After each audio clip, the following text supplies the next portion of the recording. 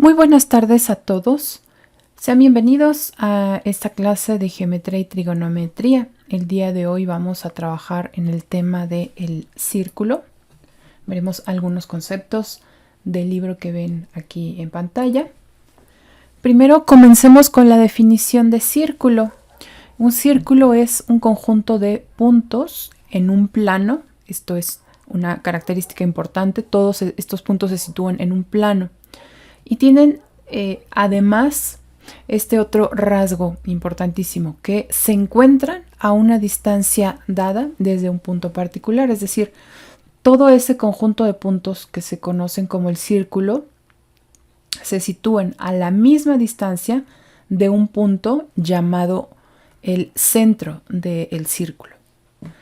La parte del círculo entre cualesquiera dos de sus puntos se conoce como arco. Por ejemplo, en la figura vemos que están los puntos A y B, ambos son parte del círculo con centro en O, y todo este conjunto de puntos que aquí observan en color rojo se conoce como un arco, es el arco AB. Estos dos puntos extremos definen a ese arco, se conoce como arco AB. Cualquier segmento de recta que une el centro con un punto dentro de este círculo se conoce como radio. Estas son características importantes para el concepto de círculo. Sin embargo, recuerden que el círculo está conformado por todos estos puntos cuya distancia al origen es un mismo valor. Pero los segmentos de recta que unen el origen y cualquier punto dentro del círculo se conocen como un radio. Por ejemplo, en este caso es el radio OB. Está marcando cuáles son los puntos. Por supuesto que uno de ellos debe ser el centro y el otro cualesquiera que se encuentre en el círculo. Vayamos con el concepto de cuerda y diámetro. Ambos son segmentos de recta. Para el caso de la cuerda, pues esta tiene la característica de que este segmento de recta une dos puntos de un círculo. Por ejemplo, el que vemos aquí es el segmento de recta SW.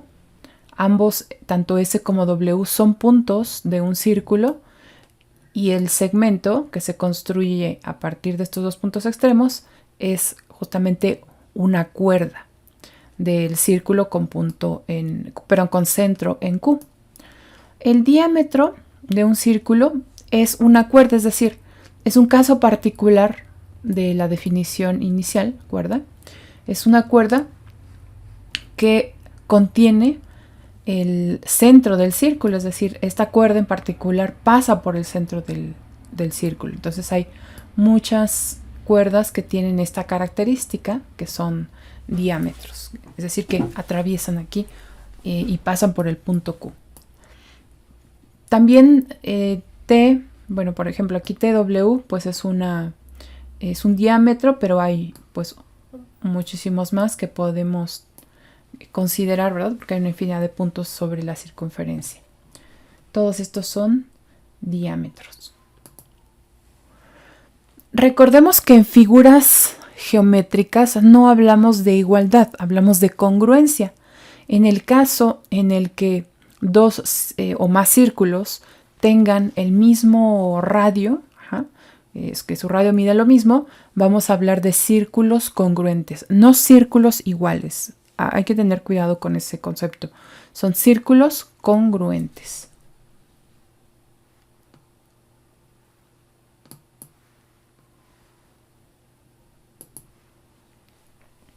También existen círculos concéntricos.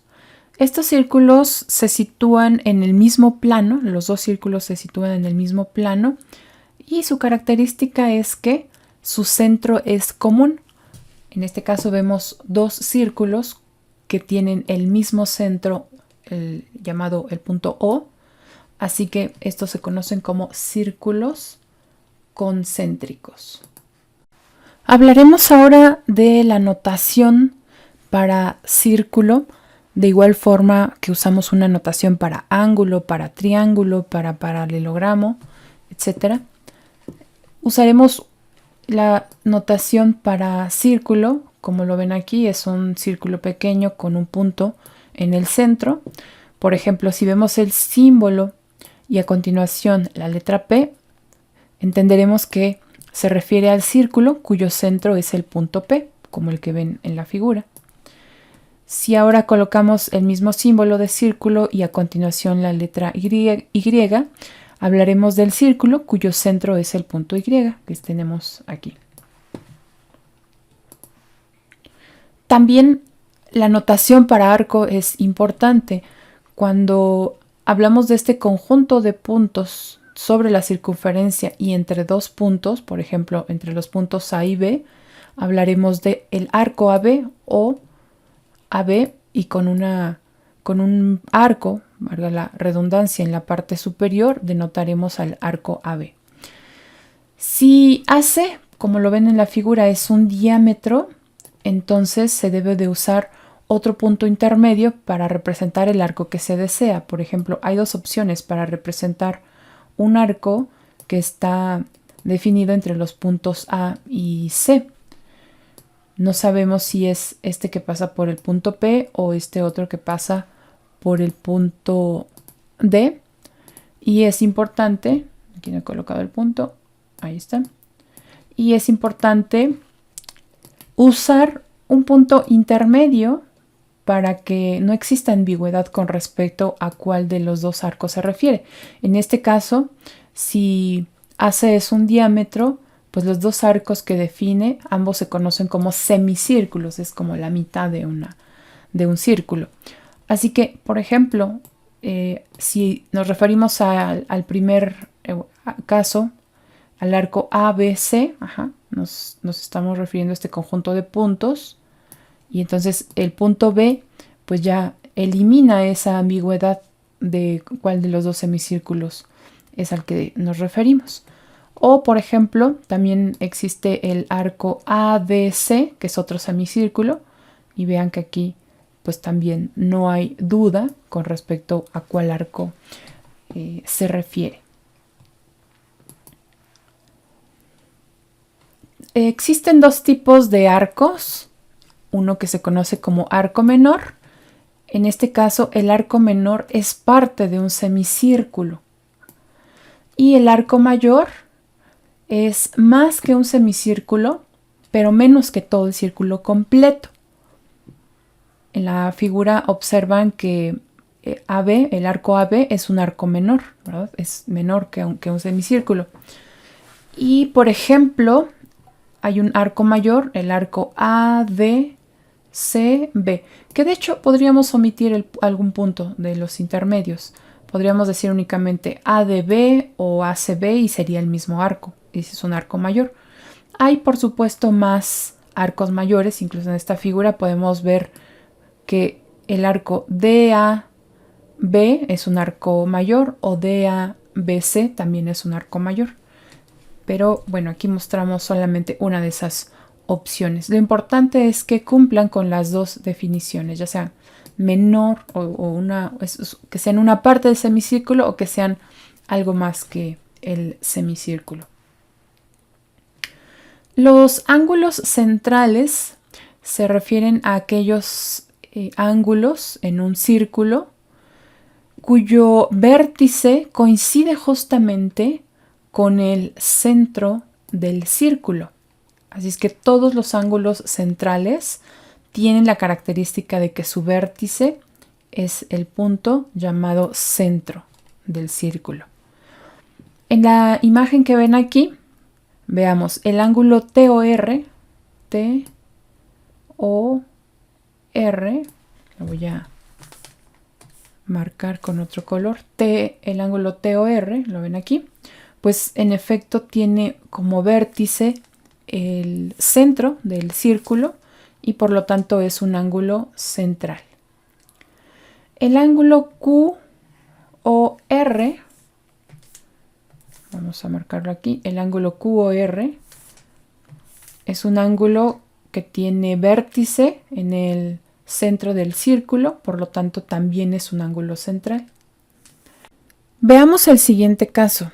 El ángulo TQR tiene como vértice el punto Q. El punto Q no es el centro del círculo, por lo tanto el ángulo TQR no es un ángulo central. Y así podemos encontrar algunos otros en esta imagen que no son ángulos centrales.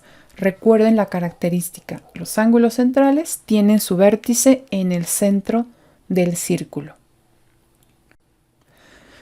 Veamos ahora el caso del teorema, en donde nos dice que un radio, como lo es el segmento OD en la figura, que es perpendicular a una cuerda, en este caso tenemos la cuerda AB, veamos que aquí está representada esa característica de perpendicularidad, nos dice que cuando se cumplen estas condiciones, el radio biseca a la cuerda, como lo vemos aquí marcado.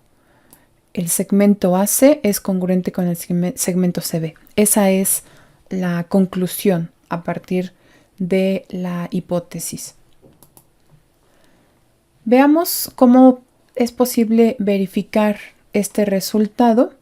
Adelanto que haremos uso de un criterio de congruencia que nosotros no trabajamos en clase, pero lo voy a mencionar sobre la marcha.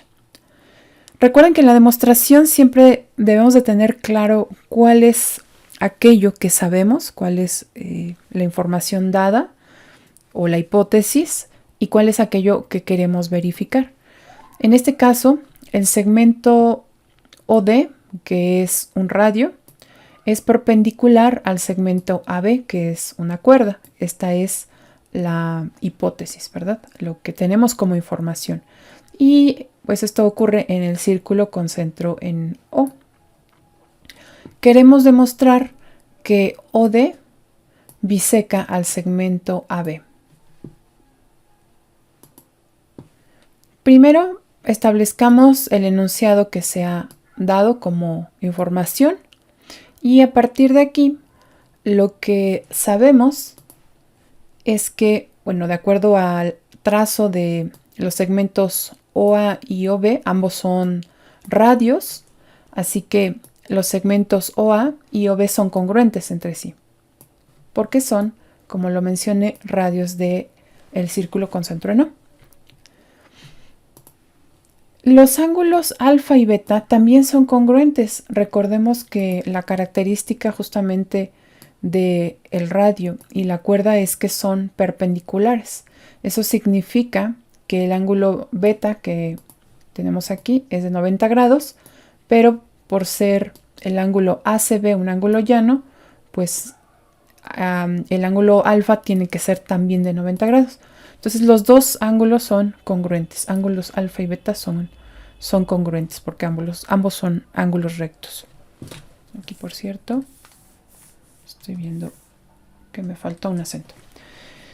Ahora, el segmento OC, vean cuál es el punto C. Se observa la intersección ahí de este radio con la cuerda. Ahí es el llamado punto C. En este punto, bueno, si tomamos en cuenta el segmento OC, pues es congruente con el mismo. Ya habíamos mencionado esta característica de identidad. Así que ya con lo que hemos mencionado, hay un lado que es congruente, también un ángulo alfa y beta, y además tenemos otro lado. Tenemos lado y ángulo, pero este ángulo no se encuentra entre los dos lados. Así es que ninguno de los criterios que nosotros trabajamos para congruencia de triángulos se aplica aquí. Esto es como lado, lado, ángulo. No hemos visto ninguno con esas características.